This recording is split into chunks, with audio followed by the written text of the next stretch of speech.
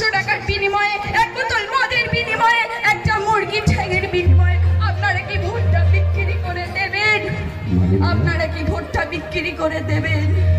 মাননীয়া, মাননীয়া, মাননীয়া, মাননীয়া,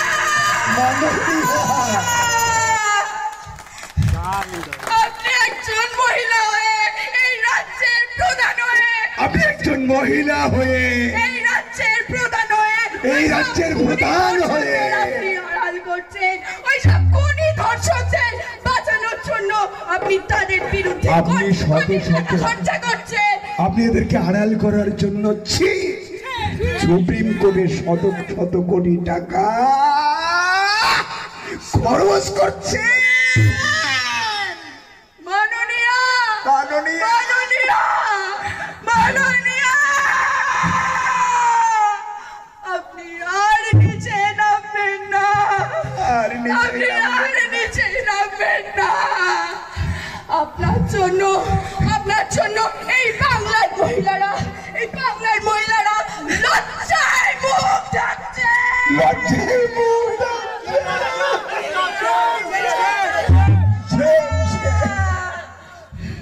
আপনি আর নিচে নামবেন না। আমি আপনাদের কাছে প্রশ্ন করতে চাই,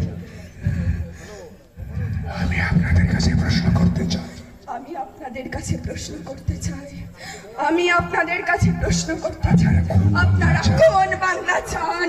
আপনারা কোন বাংলা চান? ওই 500 টাকার বিনিময়ে, এক বোতল মদের বিনিময়ে, একটা মুরগি ঠ্যাঙের বিনিময়ে আপনারা কি ওই ভোট বিক্রি করে দেবেন? আপনারা ওই ভোট বিক্রি করে দেবেন? কোন বাংলা চান? কালু শেখ। আপনারা কোন বাংলা চান? ওই কালু শেখ, ভুলু শেখ, লালু শেখ, উত্তম সরকারের বাংলা চান? আপনারা কোন বাংলা চান? আপনারা কালু শেখ, লালু শেখ, ভুলু শেখদের বাংলা চান? না স্বামী বিবেকানন্দ, কাজী নজরুল ইসলাম, রবীন্দ্রনাথের বাংলা কাজী চান? নজরুল ইসলাম, স্বামী বিবেকানন্দ, রবীন্দ্রনাথ ঠাকুরের বাংলা চান? কোন বাংলা চান আপনারা? আপনারা কোন বাংলা চান? কোন বাংলা চান? কাদের হাতে এই দেশের স্বাধীন তুলে দেবেন? কাদের হাতে এই পশ্চিম বাংলার দায়িত্ব তুলে দেবেন? আপনারা কোন বাংলা চান? কোন বাংলা চান? কোন বাংলা চান? তবে দয়া করে আপনাদের কাছে, দয়া করে আপনাদের কাছে আমার একটাই অনুরোধ, আপনাদের কাছে আমার একটাই অনুরোধ, আপনারা ওই মূল্যবান ভোট দেওয়ার আগে, আপনাদের ওই মূল্যবান ভোট দেওয়ার আগে একবার সন্তানের কথা ভাববেন, একবার তাদের কথা ভাববেন। ভোট দেওয়ার আগে একবার ওই করুন মহিলাদের কথা, সন্দেশকারী ওই করুন মুখগুলোর কথা একবার ভাববেন, একবার ভাববেন।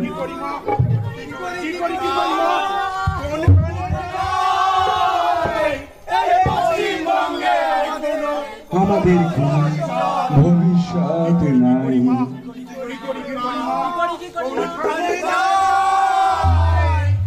এই পশ্চিমবঙ্গে আমাদের কোনো ভবিষ্যৎ নাই। কি করি মা, কোনখানে যায়? এই পশ্চিমবঙ্গে কোনো ভবিষ্যৎ নাই। এর থেকে মুক্তির উপায় কি? কে দেখাবে আমাদের দিশার আলো? এই দুর্নীতি নৈরাজ্য থেকে কে আমাদের মুক্তি দিবে? কে আছে? কেউ? কে কে কে কে সেই ব্যক্তি? কে আছে, আছে? কে সে? আছে, শান্ত হন। আছে,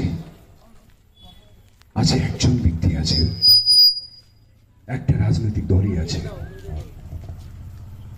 আমি জানি এখানে অনেকেই তাকে চেনেন, তাকে জানেন।